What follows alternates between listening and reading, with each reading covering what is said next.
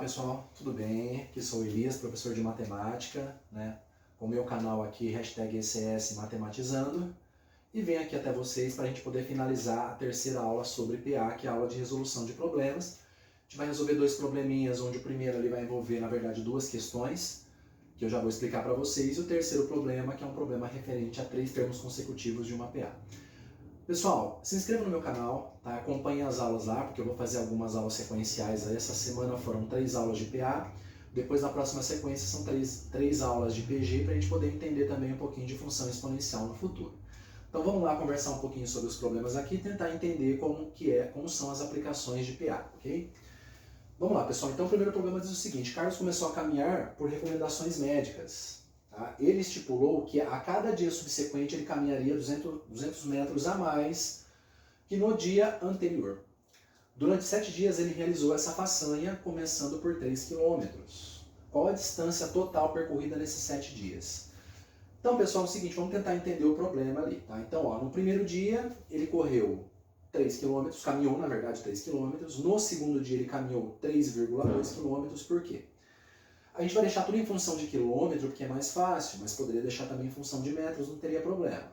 Aí vai depender muito como o enunciado da questão e como ela é proposta. Por exemplo, se for uma questão teste, você tem que olhar certinho se a resposta está em quilômetros ou em metros, mas a gente vai deixar tudo em quilômetro. Segundo dia, 3,2. Terceiro dia, 3,4. A gente conseguiria fazer isso tranquilamente, embora daria um pouquinho de trabalho. Mas isso aqui claramente é uma PA, por quê? Porque o aumento constante a cada dia será de 200 metros a partir do primeiro dia que ele andou 3 km ali. E o total de dias que ele vai caminhar será 7 dias consecutivos. Bom, pessoal, então é o seguinte. Primeira coisa aqui, ele quer saber, vamos olhar para a questão, ele quer saber o total da distância percorrida, ou seja, a soma do primeiro dia com o segundo com o terceiro até o 7. Tá? A soma da PA, vamos colocar a soluçãozinha aqui para a gente poder entender. A soma da PA, a gente lembra que é o A1 mais o AN vezes N sobre 2. Então eu tenho que ter todos esses elementos aqui para poder achar o valor da soma da PA. Pessoal, o A1 eu tenho, que seria a distância percorrida no primeiro dia, 3 km. Tá?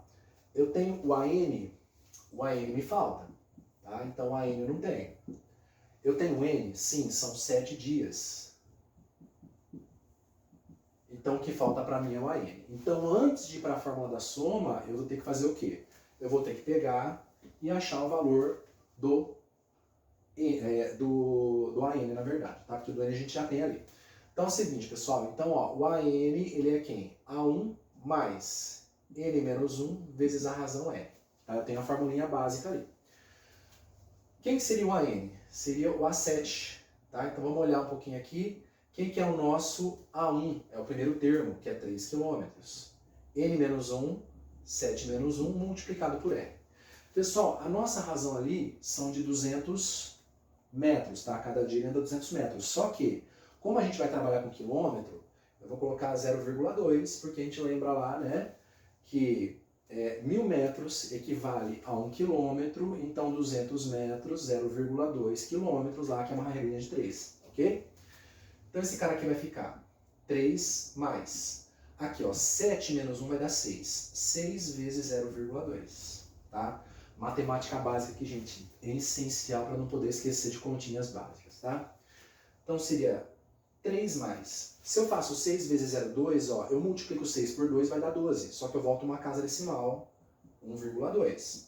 Então esse cara vai dar 4,2. Pessoal, então, ó, no sétimo dia ele vai estar caminhando 4,2 km, tá? Então agora eu vou voltar para a formulinha do SN, só que agora eu vou substituir direto.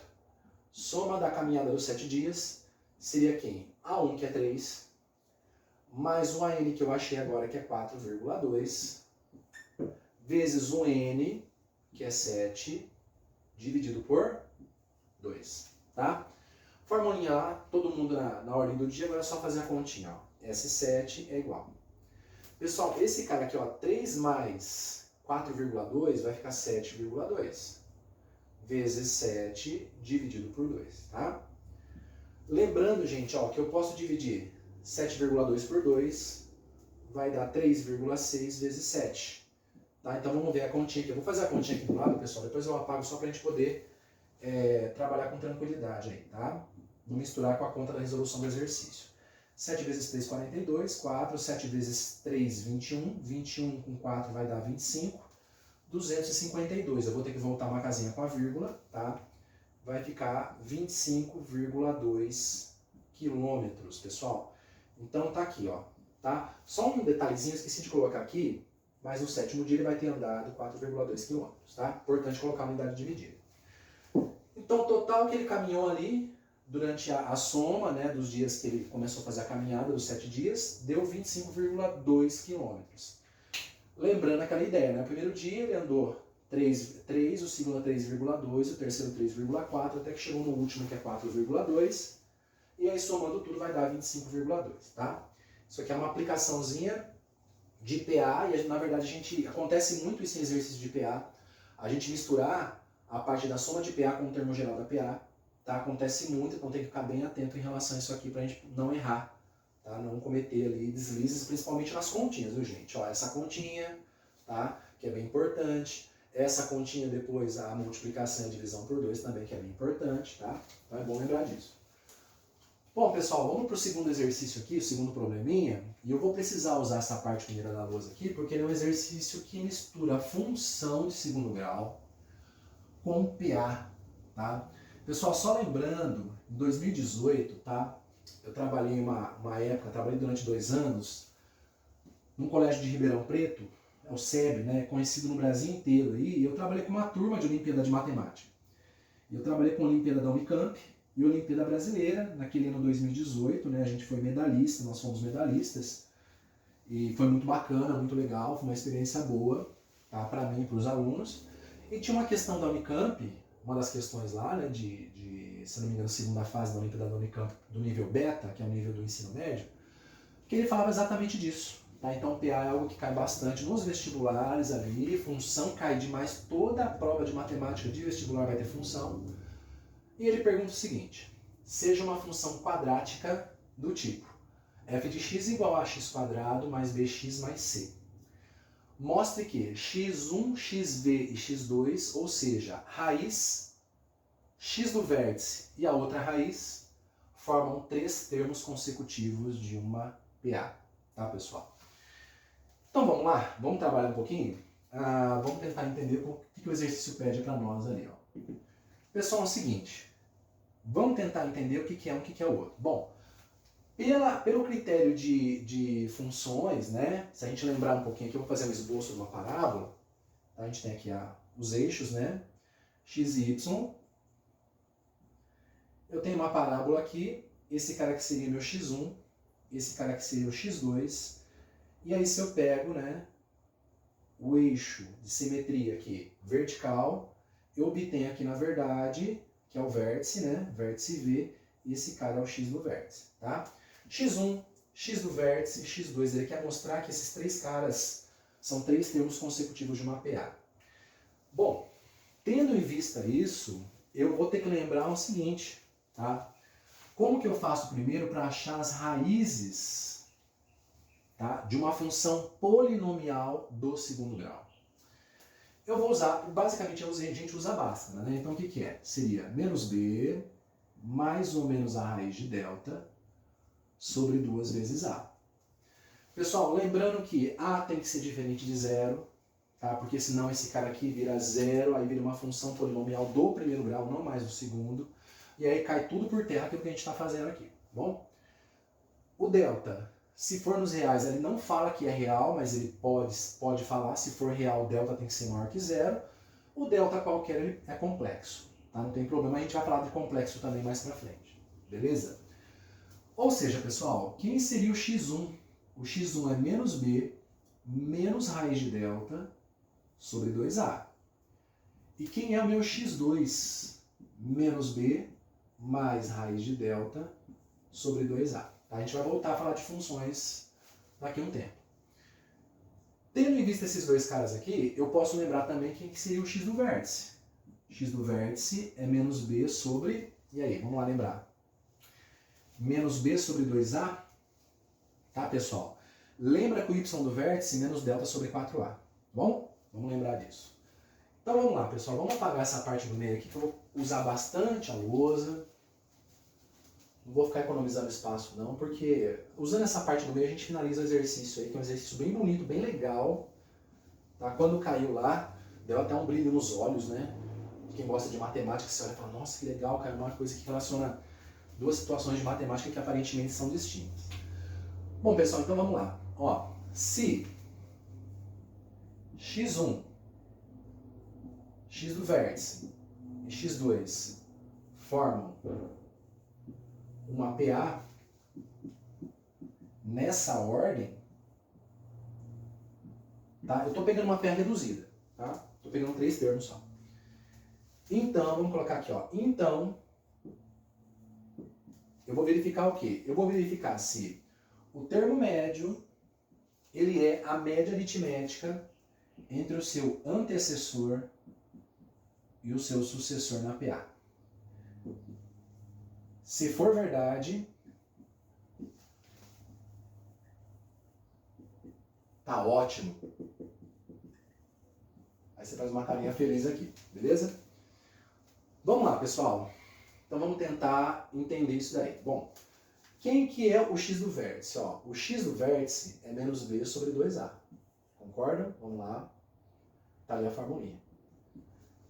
Vamos trocar x1 e x2 pelos valores ali? Então x1 é menos b menos raiz de delta sobre 2a. x2 menos b mais raiz de delta sobre 2a. Pessoal, a ordem de quem é x1 e x2 não interfere por quê? Porque na soma, desde que você não troque, né, o sinal dos termos aí, mas troque de posição na soma, o final das contas não vai interferir em nada na nossa conta. Dividido por 2. Tá? Essa é a questão aqui. Vamos lá, pessoal, vamos tentar entender isso aqui? Então, como que vai ficar isso aqui? Ó? Vai ficar assim. Então, menos b sobre 2a, vamos ver se isso aqui é verdade. Sabe? Se a igualdade for verdadeira, quer dizer que a nossa prova chegou ao final. Vamos olhar para a parte de cima, eu posso juntar todo mundo no mesmo denominador, então vou ter menos b menos raiz de delta, mais menos b mais raiz de delta, tudo sobre 2a, porque quando os denominadores são iguais, basta somar a parte de cima da fração. Sobre 2, ok? Vamos lá, continuando essa brincadeira aqui para ver se vai dar certo. Menos b sobre 2a, igual. Pessoal, nessa parte de cima aqui, ó, percebam que o menos raiz de delta com o mais raiz de delta cancelam porque eles são opostos. O que sobra pra gente é menos b, que na soma vai dar menos 2b. Deixa eu só arrumar um pouquinho aqui para ficar mais didático, para vocês entenderem aqui, ó. Menos 2b. Aqui na parte de baixo, pessoal, vai ficar 2a e tudo isso dividido por 2. Tá? Eu não vou continuar colocando a implicação, não, vou continuar com a igualdade, porque está finalizando aqui e fica mais fácil. Pessoal, vamos olhar do lado direito da igualdade a seguir, tá? Porque o lado esquerdo seria uma equivalência que a gente tem que provar que é verdadeira. Bom, olha lá, pessoal, eu vou cancelar esse cara com esse. Tá? Então o que eu vou obter? Eu vou obter menos b sobre a dividido por 2. A gente vai ter que lembrar do seguinte, que esse 2 aqui é 2 sobre 1. Tá? Todo número inteiro, ele é ele sobre 1, então ele também é racional. Então o que eu vou fazer aqui para poder finalizar a conta? Vou usar aquela propriedade da divisão entre frações, onde você copia a fração de cima e multiplica pela de baixo invertida. Tá? E aí, fazendo isso, eu vou multiplicar menos b vezes 1 dá menos b, e a vezes 2 dá 2a. E a gente chegou que a igualdade é verdadeira, então está provado, tá? Está provado que a gente chegou naquilo que o enunciado propunha para a gente. Seja uma função quadrática do tipo f de x igual a x quadrado mais bx mais c, mostre que x1, x do vértice e x2, ou seja, primeira raiz, x do vértice e segunda raiz, são nessa ordem 3 termos consecutivos de uma PA. Usei a formulinha o Bhaskara, tá? Dividi em duas raízes, x1 e x2. Vocês perceberam que independente do valor de delta, delta real ou delta, vamos pensar assim, delta positivo, que dão raízes reais, ou delta negativo, que dão raízes complexas, a gente vai ter que essa propriedade ela é válida para qualquer tipo de função quadrática com raízes reais ou não reais, né? No caso aí, raízes complexas. Bom, pessoal, então vamos lá. Voltando, tá? Então, x1 é esse cara aqui, menos b menos delta sobre 2a, x2 menos b mais raiz de delta, que é a raiz de delta, sobre 2a, e o x do vértice menos b sobre 2a. Se x1, x do vértice e x2 formam nessa ordem uma PA, então o termo do meio, que é x do vértice, tem que ser igual a x1 mais x2 sobre 2. Transformei esses caras nos valores das equaçõezinhas lá, né, das formulinhas, que a gente já conhece, e fui desenvolvendo e acabei chegando no final que menos b sobre 2a é igual a menos b sobre 2a, que mostra que o nosso enunciado estava correto. Beleza, pessoal? Bom, é isso, tá? Essa seria a nossa terceira aula sobre PA, um fechamentinho sobre PA. Qualquer dúvida aqui, coloque nos comentários, pergunta, que a gente vai responder na medida do possível, quanto mais rápido, para que vocês possam acompanhar as próximas aulas. Maravilha? Pessoal, se inscreva no canal, #ECS Matematizando e até mais!